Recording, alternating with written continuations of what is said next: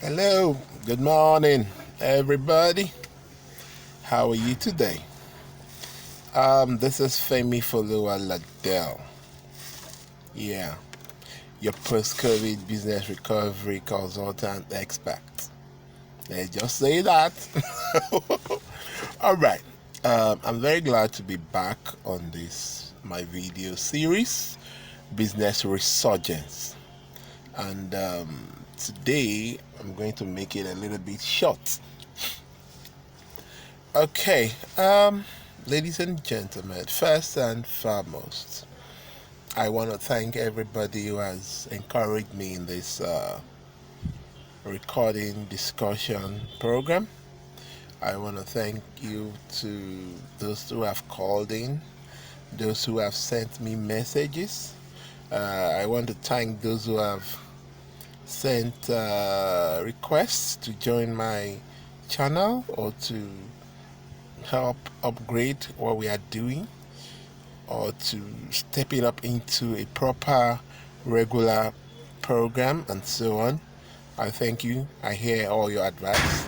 Very soon we are going to be doing something about it. All right. Before I go into the details, a few people sent in some requests to discuss what they can do to sustain their business or to remain relevant post-COVID.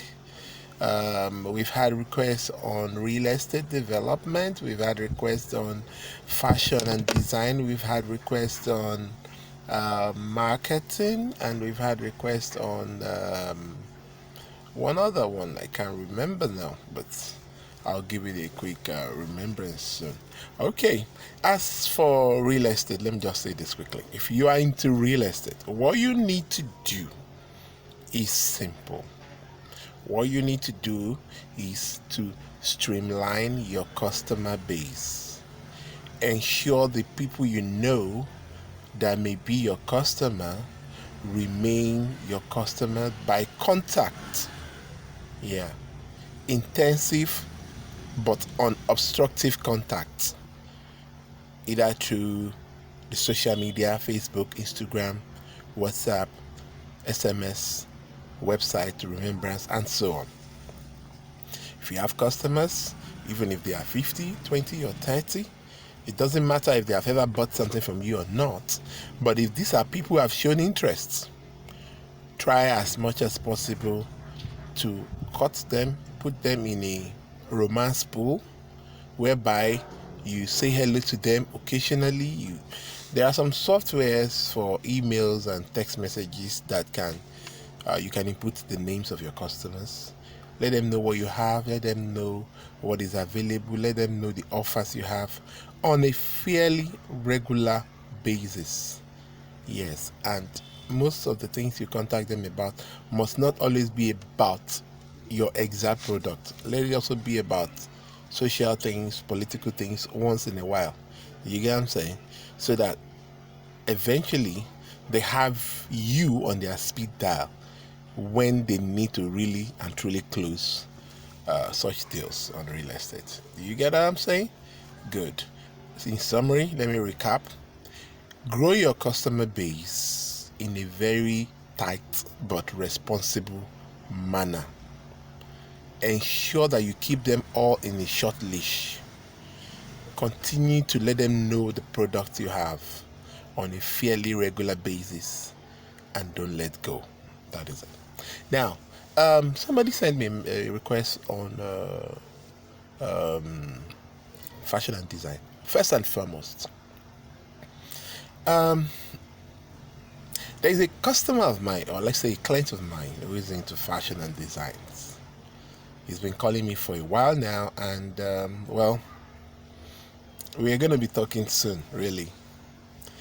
For me, one of my worry is that are people still buying clothes? I don't know. But the point is, once the lift on lockdown is enacted, people will begin to wear clothes again. Definitely. People want to look nice and better. People want to change their underwears. They want to change their shirts. They want to change their singlets. People want to hit the road again with nice canvases, nice shoes, and all the rest. So once the lift off is in effect, you begin to make sales. But in the interim, if you are into sewing of clothes and all the rest, I would suggest that you keep your customers too on a short leash. Say hello to them, let them know that once they are ready to start going out, you are there to make their clothes. And of recent, I have seen a few fashion designers producing beautiful face masks. In fact, a few days ago, someone came to my premises and had a chat with my wife, and my wife ended up buying like 5 native Ankara Adire themed face masks, and a light bulb came off my head. Pam! Wow, this tailor has found a fantastic way to continue to survive, with her skills, without having to change her skill sets. She quickly looked for what the people need, the kind of accessories the people need. Yeah, that is critical. Handkerchiefs, face mask, and so on. And bam, she's back in business. So if you are into fashion and designs, well, maybe you should take that advice. Begin to produce beautiful, fanciful, fantastic kind of face mask. You could have some corporate face mask. You could have some native kind of face mask, the ones you can wear over Iro and Buba or Agbada, the ones you can wear over suits, and like that. The one you can wear to jog, the one you can wear to dinner parties and all the rest, So basically, that's our part. However, once the lockdown is over, you can gradually scale that back into what you know how to do. But the point is this: the people that patronizes you are going to be your lifeline. There is no doubt about that. The people that patronizes you are going to be your lifeline. Yep. All right. That's said. Now, okay. And again, for most other people, most of us, in all kinds of businesses, essential and non-essential, one of the things you are going to be looking out for is to be quite innovative. I have said this before. There are lots of businesses that will no longer exist because the structure that holds those businesses up has collapsed. Covid-19 has pulled those structures down completely. Yeah. For instance, the weekend economy, Friday night life, clubs, restaurants, night outings, and so on. They are out. Saturday, events, marriages, weddings, burials, caterers, every kind of person that go out on a weekend. This is also going to affect drivers, Uber drivers, and so on. It's going to affect a whole lot of people. As long as social distancing is still going to be in force, the weekend economy has been more or less crushed to a large extent. You get what I'm saying? Events, parties, places like Eco Hotel, concerts, TBS, concerts, large gatherings, and the thousands of vendors that survive by those events, they're out of it. Sundays too, churches down. The thousands of movements that happen for Sunday reasons are out. Thousands of vendors that fixes themselves up with different churches to do all sort of businesses, they're down. Caterers, people providing food, rice, jollof rice, chicken, asun, small chops, musicals, videos, CDs, Bibles, books, drinks, Coca-Cola, Pepsi, all those kind of things, hot dogs, drinks, sobo, smoothies, and so on. So weekend economy is going to be down. So you and I have got to go quite innovative to continue to survive that. Yeah, we've got to go quite innovative. And then the next thing is, you want to know what to do. Well, I'm going to advise you not to panic. What you're going to do is going to come to you next. It's going to be around that your same skills. If you have been preparing or providing things like food, small jobs, pop-up food stands for weekend events, Sunday events, and so on, you got to now find a way to roll that back into a weekly activity.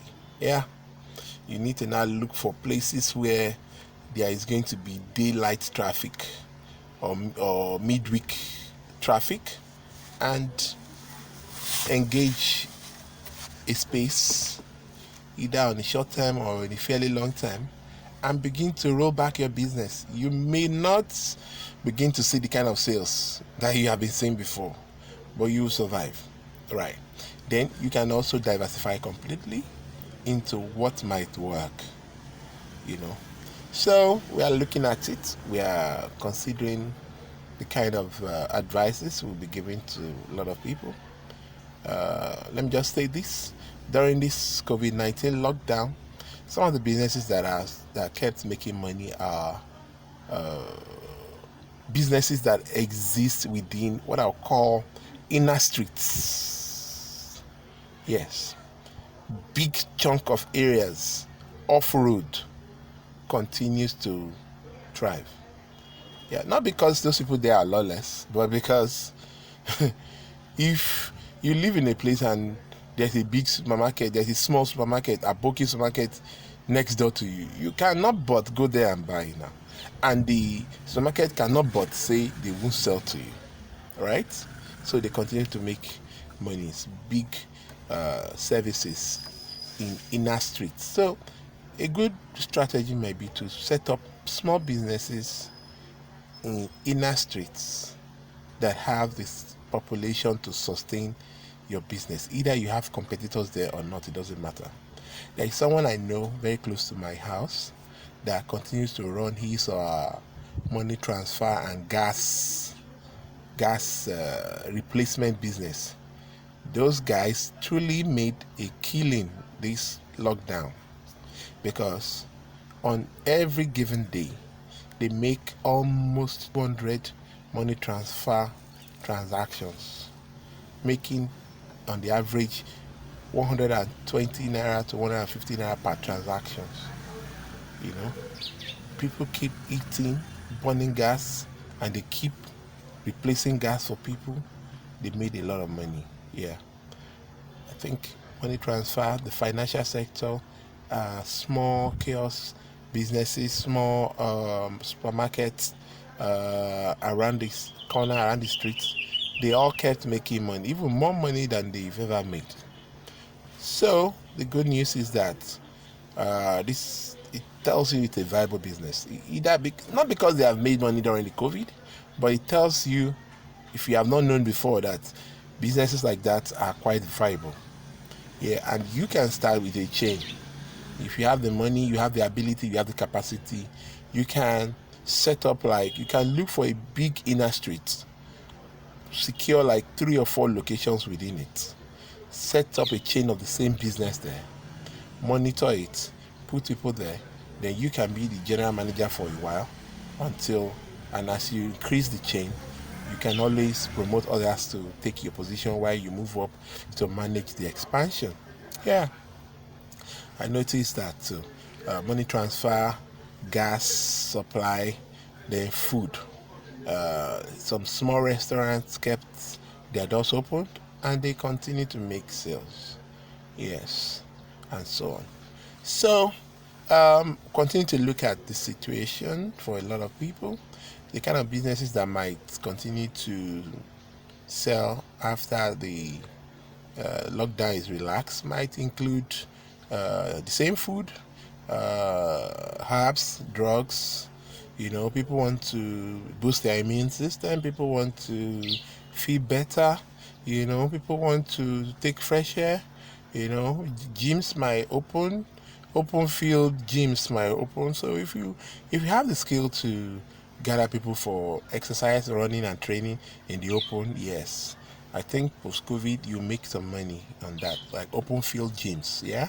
Because schools may not still open, so you might be able to get a school to lease you their field, and you can use it to boost your open field gym for the next 2 3 months. If you charge somebody maybe 5,000, 10,000 naira for a month of morning and late afternoon sessions, then you close for the day.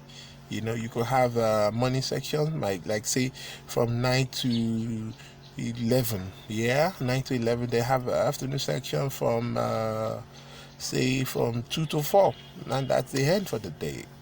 Like that. You do that for like a month or two before this whole crisis goes down, and you'll be able to survive with it on that.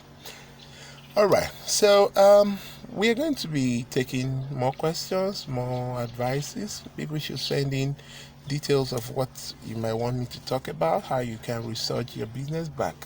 You can reach me on my Facebook page, Femifoluwa Ladehl. My Ladehl is spelled Ladehl. Femifoluwa. Femi is FEMIFOLUWA. That is it. You can also reach me on phone 0802 300 4356. You can also reach me on my YouTube channel, First Niger. Yeah. All right, ladies and gentlemen, I want to wish us all a very pleasant and wonderful time as we begin to prepare to re-emerge from the lockdown. Please remember to be responsible with whatever you do. Make sure you use your face mask. Make sure you wash your hands every time you leave your home and you return. You open the gate, you open your car knob, you collect money, wash your hands before you get into your house. Make sure you are using your face mask and all the rest. Thank you very much, and God bless you.